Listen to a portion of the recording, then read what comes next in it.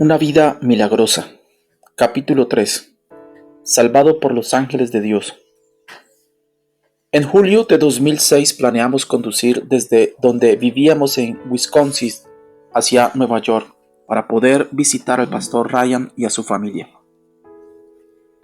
Una noche poco antes de irnos tuve un sueño, el cual yo sabía que era de Dios, aunque durante casi 2 años no supe exactamente lo que significaba. En el sueño yo me encontraba formado con otras personas en una fila que avanzaba por un camino. La fila llegaba a un pick-up azul y un hombre sin rostro. Esto siempre representa al Espíritu Santo en mis sueños. Se encontraba en la caja de la pick-up entregándole pan a la gente. La caja de la pick-up estaba llena de platos redondos con todo tipo imaginable de pan. Cada persona que se acercaba elegía el plato que deseaba y el hombre sin rostro se lo entregaba.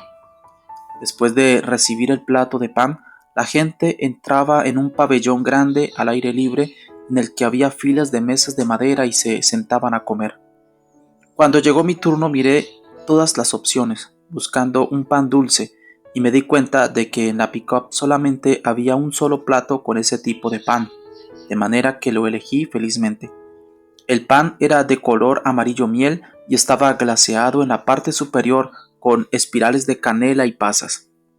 Mientras comía mi pan dulce, miré a un hombre alto y barbudo pasar por la fila hacia la pick-up. Después de mirar todas las opciones, siguió su camino sin elegir un plato. Nadie más lo había hecho. Él comenzó a ir de un lado a otro por las mesas mirando los platos de las demás personas. Cuando llegó al mío se detuvo, aparentemente habiendo encontrado lo que estaba buscando. Sin decir una palabra se inclinó, tomó una pieza de pan dulce de mi plato y comenzó a comérsela. Yo no le dije nada, pero estaba un poco molesto, debido a que él había tenido la oportunidad de elegir su propio plato de pan y no lo había hecho. Rápidamente terminé de comer el pedazo que tenía en mi mano y tomé otro pedazo del plato. Él hizo lo mismo. De nuevo yo me sentí un poco molesto, pero ambos estábamos disfrutando lo bien que sabía el pan.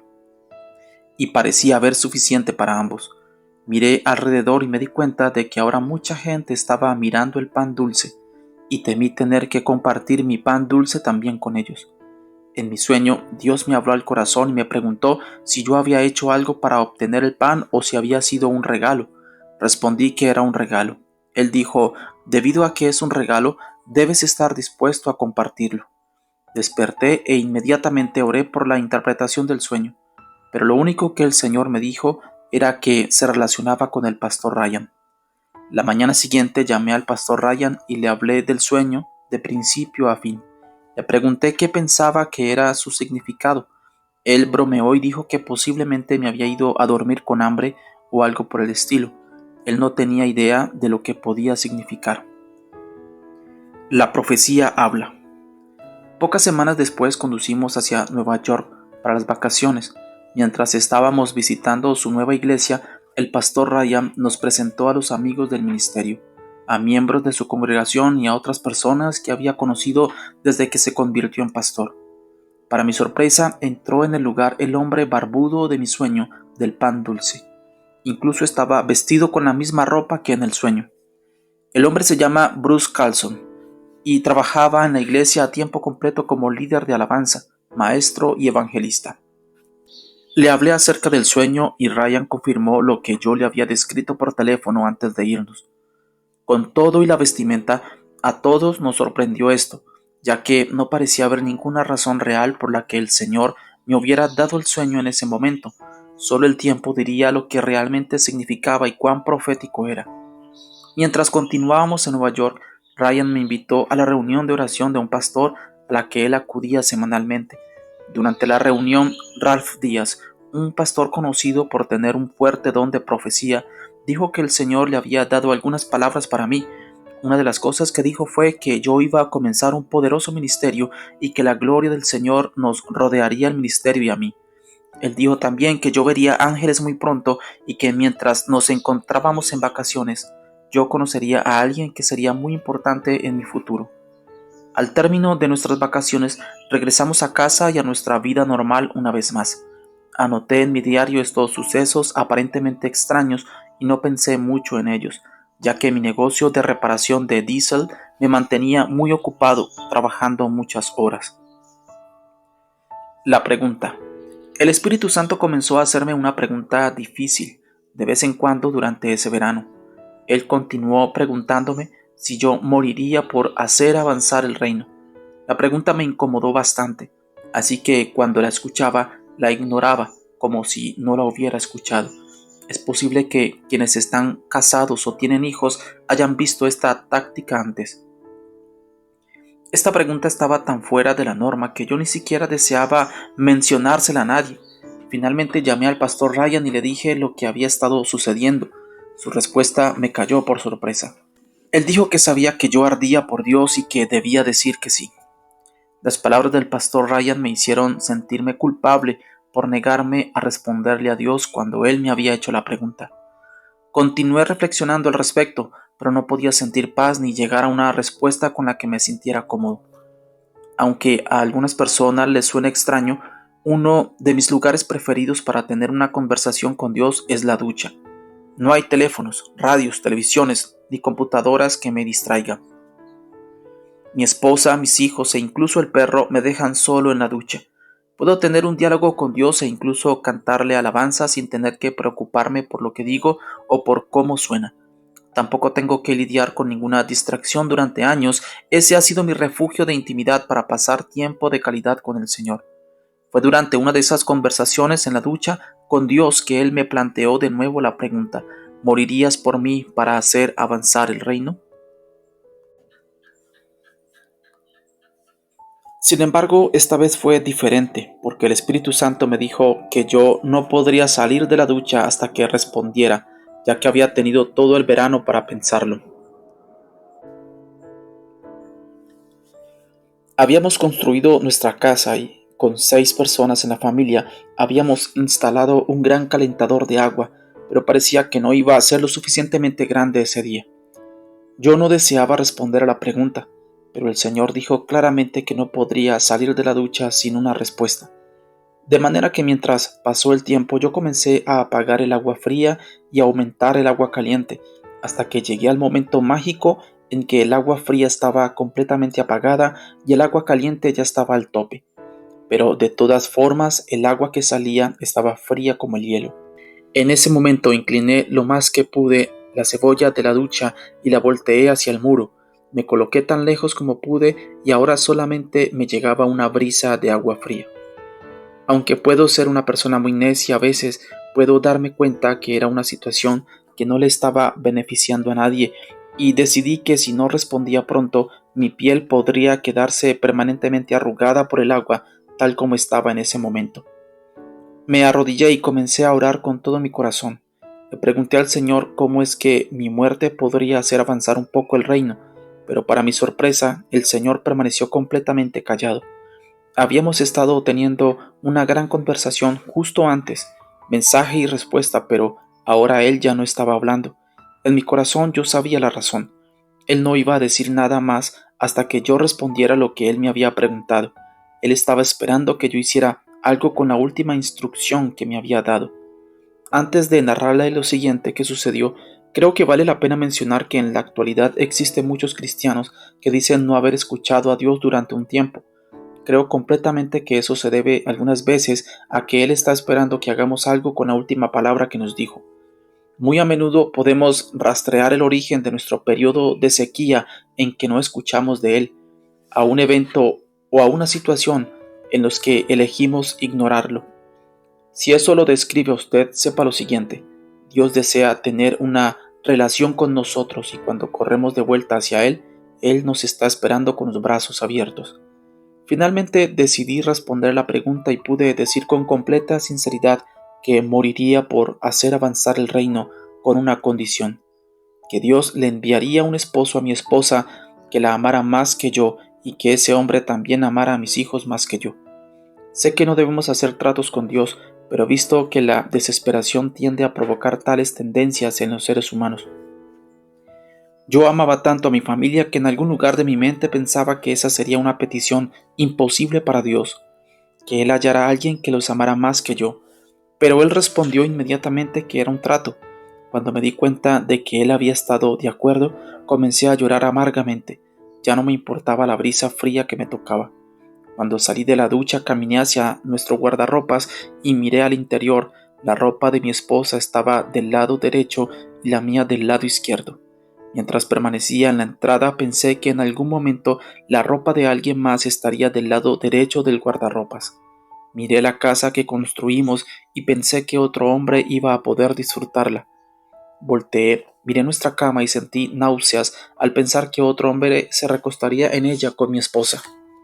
Justo entonces percibí movimiento en la ventana y vi a mis hijos jugando afuera. Este fue el golpe final que me hizo llorar de nuevo al imaginarme a otro hombre criando a mis hijos y también disfrutando de su compañía. Esperé algunos días antes de llamar al pastor Ryan y decirle que ya había respondido a la pregunta de Dios.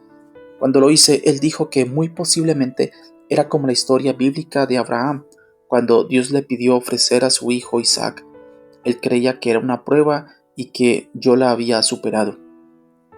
Entonces le hablé del trato que había hecho con Dios, de que enviaría a mi reemplazo, alguien que amaría a Lori y a mis hijos más que yo.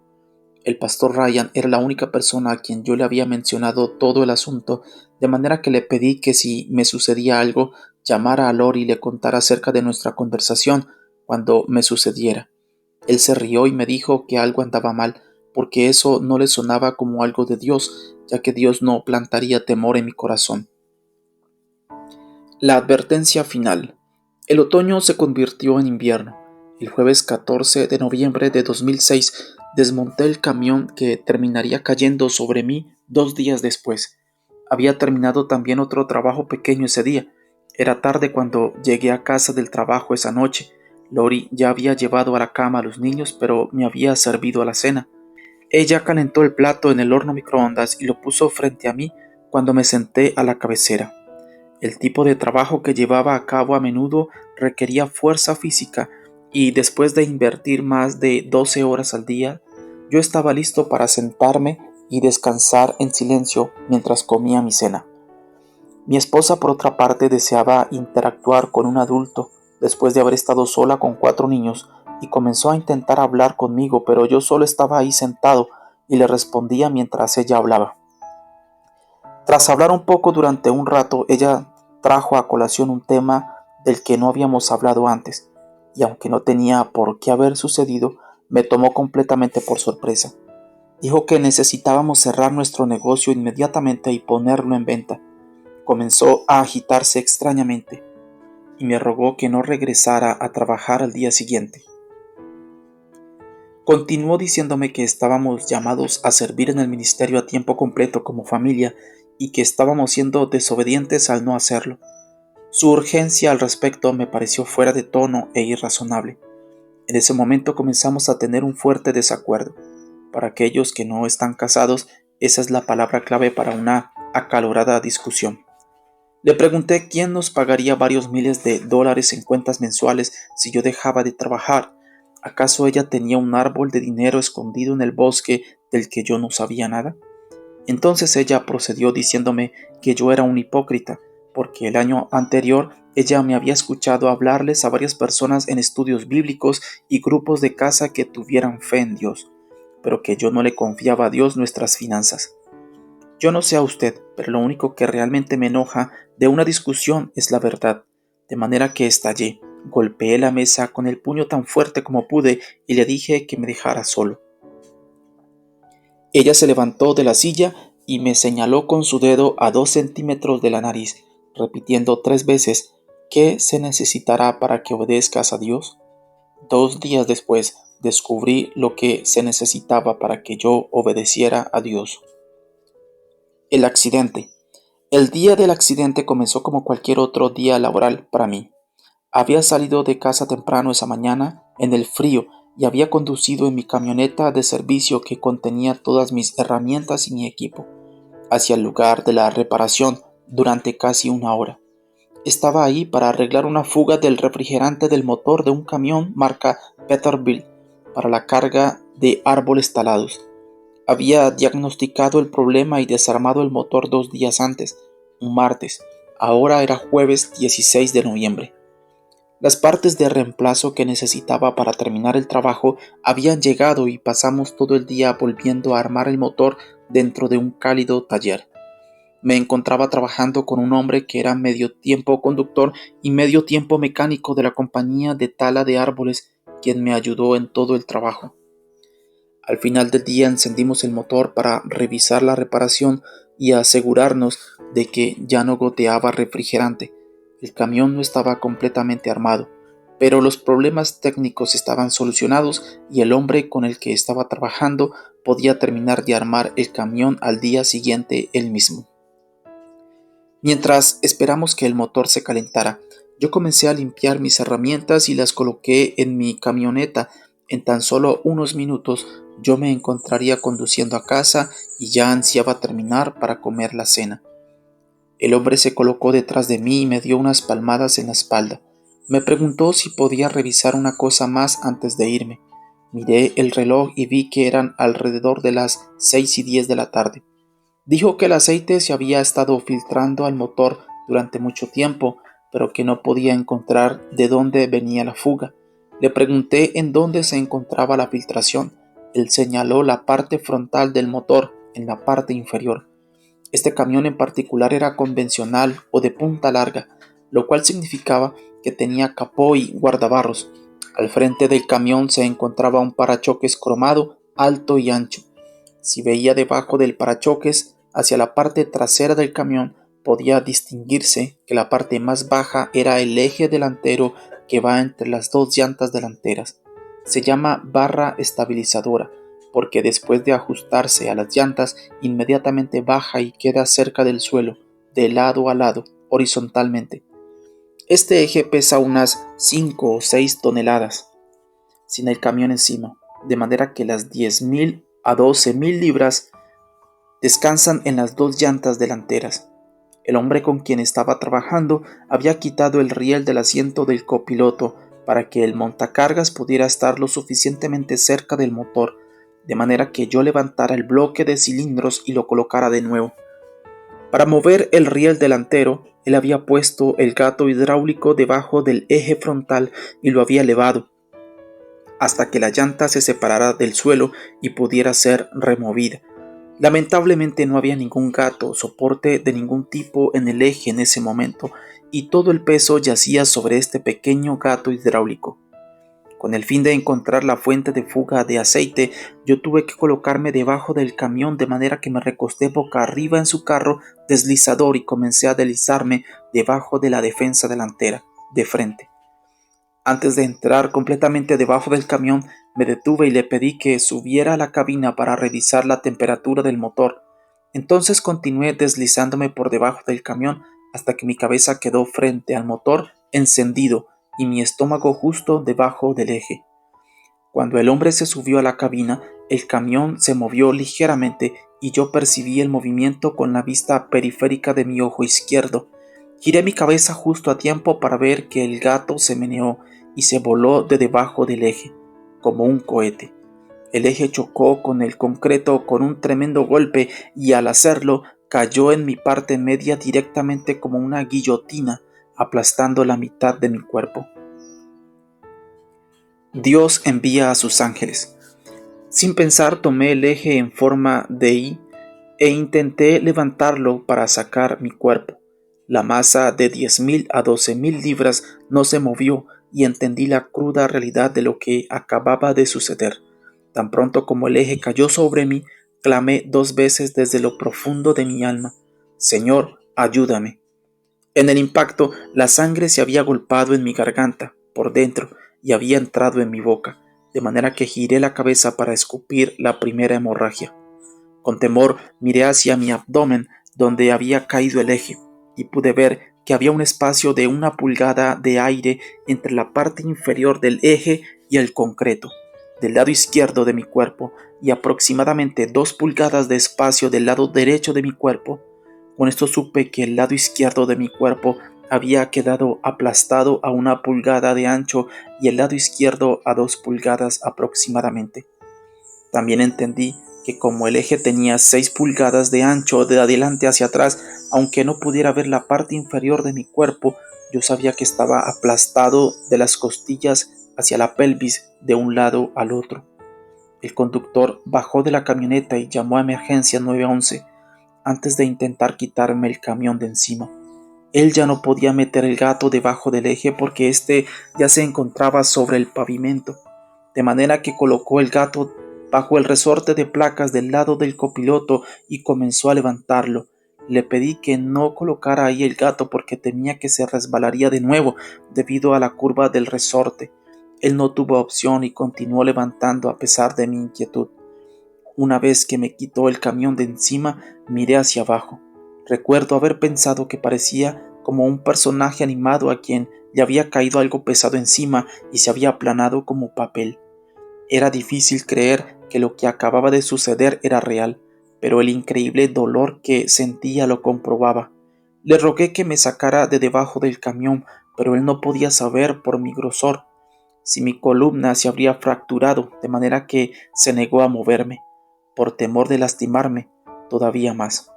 Yo continué rogándole que me sacara de debajo del camión, porque temía que el gato se resbalara y que fuera a caer sobre mí de nuevo, pero pronto me di cuenta de que no sucedería. Desesperado, me así de la parte inferior del gran parachoques cromado que se encontraba detrás de mi cabeza y decidí que me arrastraría de debajo del camión, aunque eso fuera lo último que sucediera. Necesité todo lo que tenía para hacerlo, pero pude arrastrarme lo suficiente, de modo que mi cabeza ahora se asomaba por debajo del parachoques cromado, mientras el resto de mi cuerpo continuaba debajo del camión. Entonces perdí toda la fuerza. Mis ojos se cerraron y todo se desvaneció. En ese momento mi espíritu salió de mi cuerpo y se fue hacia el techo del taller. La Biblia nos dice que tenemos un espíritu que mora dentro de nuestro cuerpo y cuando morimos nuestro espíritu deja nuestra cubierta terrenal. Esta es la razón por la que existen millones de personas que han tenido estas experiencias extracorpóreas, literalmente durante algún traumatismo o alguna otra situación de vida o muerte. Desde arriba miré hacia abajo como si solamente fuera un observador de lo que estaba sucediendo allá. Me encontraba en un estado de perfecta paz, sin dolor ni pena. Podía ver claramente la cabeza de un hombre asomándose del parachoque delantero de un camión y también podía ver a otro hombre de rodillas encima de él. El hombre que estaba de rodillas se encontraba llorando y acariciando con sus dedos el cabello del otro hombre mientras le hablaba. Pero los ojos del otro hombre estaban cerrados y no respondía. Escuché cada palabra que decía el hombre arrodillado mientras se disculpaba continuamente. Por alguna razón en ese momento yo no sabía que el hombre que se encontraba debajo del camión era yo. Estoy seguro de que en parte esa era la razón por la que yo sentía una paz perfecta y no tenía sensación de dolor acerca de la situación. Yo continué mirando desde mi posición estratégica en el techo, enfocado atentamente en los dos hombres que se encontraban debajo de mí, cuando de pronto mi perspectiva pareció ensancharse. Ahora veía que había dos ángeles enormes, uno de cada lado del hombre que estaba debajo. Los ángeles lucían idénticos y estaban de rodillas mirando hacia el camión, tal como el hombre de en medio, aunque la cabeza de los ángeles estaba a 2 pies o 60,96 centímetros arriba de la cabeza del hombre. Eso los hacía medir alrededor de 8 pies o 2,44 metros, si hubieran estado de pie. Luz emanaba de ambos y eran sorprendentemente visibles, no se veían borrosos o nublados, como algunas veces los muestran en las pinturas o en las películas. Ellos tampoco tenían alas, pero vestían túnicas hechas de un material grueso que no había visto antes. Ese material extraño me llamó la atención y me di cuenta de que parecía estar hecho de pequeñas cuerdas cosidas. Las túnicas eran suficientemente ajustadas y pude ver que estos dos ángeles eran muy musculosos. Cada uno tenía sus brazos colocados debajo del parachoque delantero, orientados hacia el cuerpo del hombre que estaba debajo del camión. Aunque no podía ver sus manos, era evidente a partir de la posición de sus brazos que ellos debían estarlo tocando. Tenían el cabello largo y les llegaba hasta el nivel del cinturón que rodeaba sus túnicas. Desde mi perspectiva del techo, yo no podía ver sus rostros, solamente su espalda, pero era obvio que eran hombres. Ellos nunca se movieron ni dijeron palabra, y nunca se dieron cuenta de que yo estaba en el techo, arriba de ellos. El momento decisivo. Continué mirando desde arriba mientras el personal del departamento de bomberos y los trabajadores de respuesta a emergencias llegaron a la escena del accidente. 8 de las 10 personas que llegaron entraron por la puerta delantera o principal, mientras que las últimas 2 personas en llegar entraron por la puerta trasera. Un año después del accidente, hablé delante del departamento de bomberos convocado a la escena y pude identificar a varias de las personas que llegaron la noche del accidente, así como a las personas que entraron por la puerta incorrecta. Les pregunté por qué habían entrado por la puerta trasera y ellos pudieron explicar lo que había sucedido, lo que causó que entraran por la puerta trasera. Aunque son muchos detalles, son importantes, debido a que comprueba que tuve una experiencia extracorpórea. De otra manera, yo no habría podido ver esto desde debajo del camión, con los ojos cerrados. Una de las 2 personas que entraron por la puerta trasera fue una mujer de cabello largo y rojizo, quien más tarde descubrí que era la socorrista llamada Shannon Silla. Ella se acercó por el lado del conductor y se colocó sobre el hombre que estaba herido. Más tarde comenzó a darle palmadas en la mejilla, diciéndole que abriera los ojos. Los 2 ángeles grandes permanecieron de cada lado del cuerpo, aparentemente ignorantes de la conmoción que había a su alrededor. Yo continuaba mirando desde arriba, cuando ella preguntó cómo se llamaba el hombre. Después de que le dijeran el nombre, ella comenzó a decir: Bruce Van Natta, abra los ojos, aunque palmeando ligeramente su mejilla de nuevo. Ella continuó haciéndolo, cada vez más fuerte. Por alguna razón, eso me llamó la atención, allá en el techo, aunque no estaba seguro de la razón. Sin previo aviso, me di cuenta de que mi espíritu había regresado a mi cuerpo en un parpadeo. Ahora me encontraba cara a cara con la mujer. La primera sensación que me golpeó fue un dolor increíble. Sentía como si me hubiera caído encima un camión. Lo siguiente que pensé fue: ¡ay, no! Soy yo el tipo que está debajo del camión. Entonces capté todo y recordé claramente que el camión había caído encima de mí. También recordé haber estado en el techo y haber visto 2 ángeles. Por alguna razón, eso no pareció extraño, mientras mi espíritu estuvo en el techo, pero ahora sí lo era. Miré a ambos lados de mi cuerpo donde habían estado los ángeles, pero ya no podía verlos. Más tarde supimos que mis arterias principales habían sido dañadas en 5 puntos. Debí haberme desangrado en unos cuantos minutos o en el momento en que mi espíritu salió de mi cuerpo. De hecho, cuando comparan mi caso con datos de estudios que han practicado en arterias gravemente lesionadas, los médicos afirman que no pueden encontrar a nadie en el mundo que haya sobrevivido con las arterias principales lesionadas en 5 puntos como yo. Aunque yo ya no podía ver a los ángeles, eso me comprueba que ellos continuaban ahí, que continuaban llevando a cabo lo que Dios los había enviado a hacer, mantenerme con vida. El dolor era casi insoportable. Me di cuenta de que cuando cerraba los ojos sentía un completo alivio, ya que mi espíritu salía de mi cuerpo otra vez. Lo único que era distinto ahora era que cuando mi espíritu salía de mi cuerpo, este ya no subía al techo, sino que se iba muy rápidamente por un tubo a un lugar muy lejano.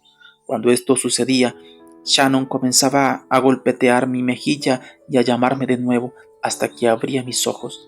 Lamentablemente, cuando abría mis ojos y mi espíritu regresaba, consigo regresaba un tremendo dolor. En mi cabeza parecía como si 2 voces compitieran por llamar mi atención.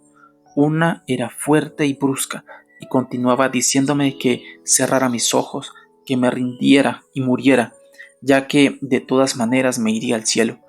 La otra era más callada y simplemente decía que si yo deseaba vivir tendría que pelear y que esa sería una pelea difícil. Estos 2 pensamientos contrarios o voces continuaban yendo y viniendo en mi cabeza. Mientras tanto, mi espíritu iba y venía de mi cuerpo. El único factor decisivo parecía ser si elegiría cerrar mis ojos o no. De pronto, Shannon llamó mi atención cuando me dijo que necesitaba pelear, ya que me encontraba al borde de la vida y la muerte. Su afirmación fue tan semejante al susurro en mi cabeza que yo supe que no podía ser una coincidencia. Me di cuenta de que Dios ahora estaba hablando a través de ella, diciéndome lo mismo. Examiné lo que estaba sucediendo con mi espíritu y supe que lo que ella había dicho era verdad. Entonces ella me preguntó si tenía esposa o hijos, u otra cosa por la cual pelear. A partir del momento en que el camión cayó encima de mí, todo lo demás se había desvanecido. Pensar estar casado en Loris o en los niños no me había pasado por la mente hasta que Shannon lo mencionó. Tan pronto como preguntó si yo tenía algo por qué luchar, recordé a mi esposa y a mis 4 hijos, que necesitaban un esposo y un padre. En ese momento, en ese lugar, decidí que pelearía por ellos y mantendría mis ojos abiertos sin importar cuánto doliera. Terminaron enviándome en helicóptero a uno de los centros de emergencias más grandes de nuestro estado. Los médicos se asombraron por lo que encontraron. Habían pasado ya 2 horas desde que el camión me había caído encima. Las tomografías y otros estudios parecían mostrar arterias y venas lastimadas, lo cual me había causado una hemorragia en la cavidad estomacal interna. Según los testigos, yo debía haberme desangrado en cuestión de minutos. Esto provocó una gran confusión, porque mis ojos estaban abiertos y evidentemente estaba vivo, aunque no pudiera comunicarme verbalmente. Más tarde, uno de los médicos comentó que cuando miró la tomografía esa noche, esta parecía pertenecerle a una persona muerta, pero mi corazón estaba latiendo como si hubiera corrido un maratón. Inmediatamente recibí transfusiones de sangre masivas, pero en lugar de que mi presión arterial se elevara, esta permanecía críticamente baja y de repente bajaba completamente, de manera que rápidamente me practicaron una cirugía de emergencia. Yo luché por mantener mis ojos abiertos hasta que me aplicaron la anestesia. Durante la cirugía inicial, ellos hicieron una incisión en la parte baja de mis costillas hacia la parte superior de la pelvis a fin de que pudieran abrir completamente el área dañada y examinarla. Lo que encontraron parecía como una plasta. El impacto había dañado, cortado y pulverizado completamente el intestino delgado, así como todo lo demás en el área del abdomen. Habían llamado al jefe del departamento de emergencias, quien se encontraba en casa. Después de ver cuán extensas eran mis heridas, tomó la decisión de que solamente reconectarían las arterias y venas dañadas en ese momento, después de quitar las que estaban demasiado dañadas. Él salió y le dijo a mi esposa que en todos los años que había sido médico de emergencias nunca había visto que alguien llegara vivo al hospital con las heridas que yo tenía y no esperaban que sobreviviera hasta el siguiente día. Mi esposa y otros miembros de mi familia y de la iglesia alababan a Dios por cada periodo de 30 minutos de vida que yo recibía. Después de cada periodo de 30 minutos que yo continuaba con vida, ellos formaban un círculo, se tomaban de las manos y le agradecían a Dios. Cuando los minutos se convirtieron en horas, llegó la mañana y los médicos estaban sorprendidos de que mi corazón continuara latiendo. Terminaron operándome de nuevo esa mañana. Durante varias horas, mis costillas rotas, mis vértebras fracturadas y mi páncreas, mi estómago y mi brazo dañados quedaron en segundo término. Mientras ellos trabajaban lidiando con problemas más importantes que amenazaban mi vida. Mi abdomen aplastado se hinchó tanto que no lo pudieron cerrar durante 6 días. Me indujeron al coma durante semanas para ayudar a mi proceso de curación. El hombre del pan dulce acude a orar. El adulto promedio tiene aproximadamente 19,5 pies o 6 metros de intestino delgado. La mayor parte del mío estaba destruido y los médicos solamente pudieron salvar 2 secciones que medían en total 3,2 pies o 1 metro. Para empeorar las cosas, las partes más importantes del intestino delgado, así como el ileón o el duodeno, habían desaparecido, por lo que tendría que confiar en que me alimentaran intravenosamente, además de ser alimentado por un tubo para mantenerme con vida. En la noche del accidente yo pesaba más de 80 kilogramos, pero en 3 meses llegué a 65 kilogramos. Y la gente decía que lucía como una persona de un campo de concentración. Había pasado por 4 cirugías para entonces y en la última habían quitado la porción de intestino delgado que habían intentado salvar. Lentamente moría de hambre.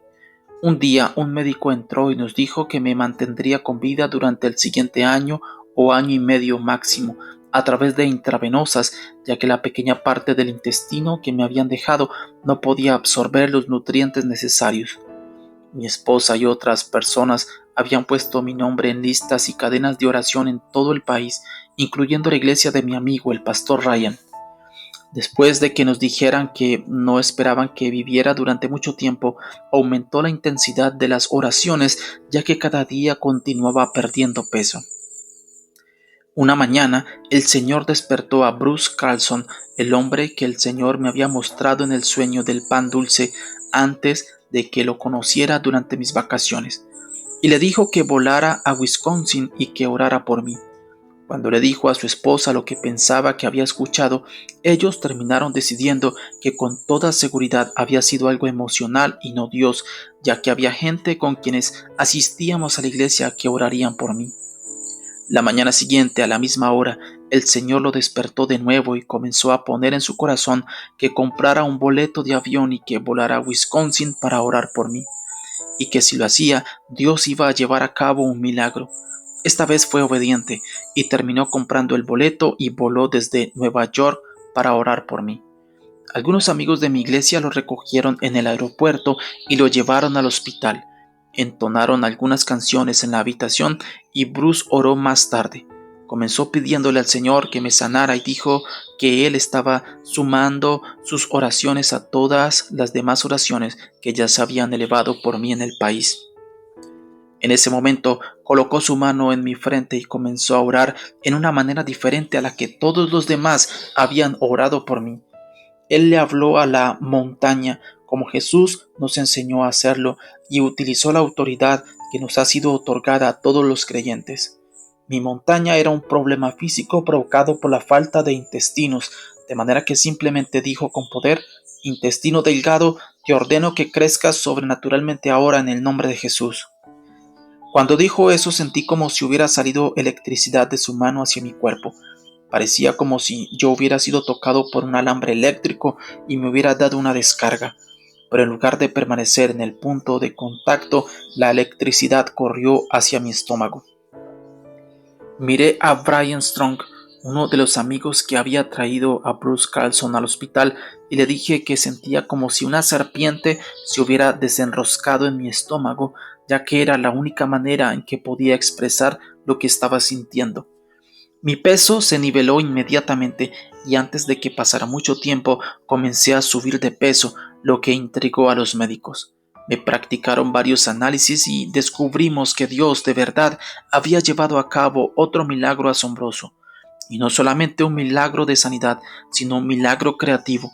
Las tomografías, los rayos X y un examen de tracto intestinal superior concluyeron en que yo había obtenido milagrosamente de 6 a 8 pies, o por lo menos 200 centímetros de intestino delgado de la nada.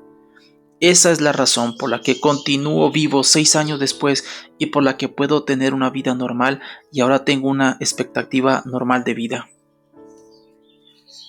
Dios está buscando guerreros. Yo creo que una de las cosas más interesantes acerca de mi experiencia con el accidente es que el Señor me dio a elegir si deseaba vivir o morir.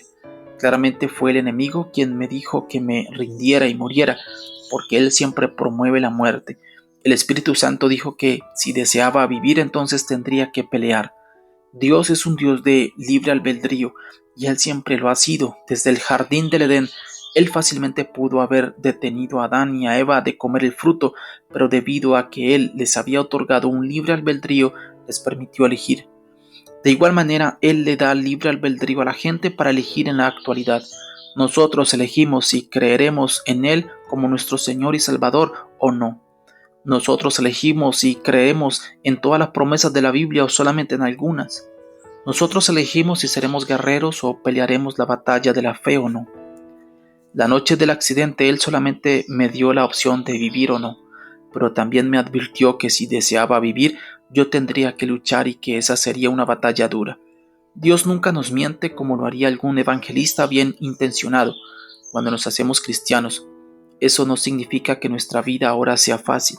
De hecho, muchas veces sucede justo lo contrario y se hace más difícil de alguna manera. La buena noticia es que no importa lo que suceda, Dios nunca nos dejará ni nos abandonará. Él siempre nos dará poder para salir victoriosos en nuestras batallas si vamos con Él. Jesús dijo en Juan 16:33, en este mundo afrontarán aflicciones, pero anímense, yo he vencido al mundo. Esa noche yo no sabía que terminaría recibiendo 5 cirugías y entrando y saliendo del hospital durante más de un año. Tampoco sabía que habría un largo periodo de tiempo en que estaría muy enfermo y débil, pero Él sí lo sabía. Dios también sabía que habría algunos días en el hospital en que yo estaría tan enfermo y con tanto dolor que le pediría que simplemente me dejara morir si no mejoraría. Dios sabía todo esto y es por ello que me advirtió que tendría que pelear y que la batalla sería dura. Posiblemente usted que está leyendo esto esté pasando por algunas batallas en su propia vida. Si es así, sepa esto. Dios está buscando guerreros que peleen la buena batalla de la fe. Si elegimos aceptar el desafío, nos encontraremos en el equipo ganador. Punto. Pero si decidimos no pelear, ¿cómo podemos esperar salir victoriosos?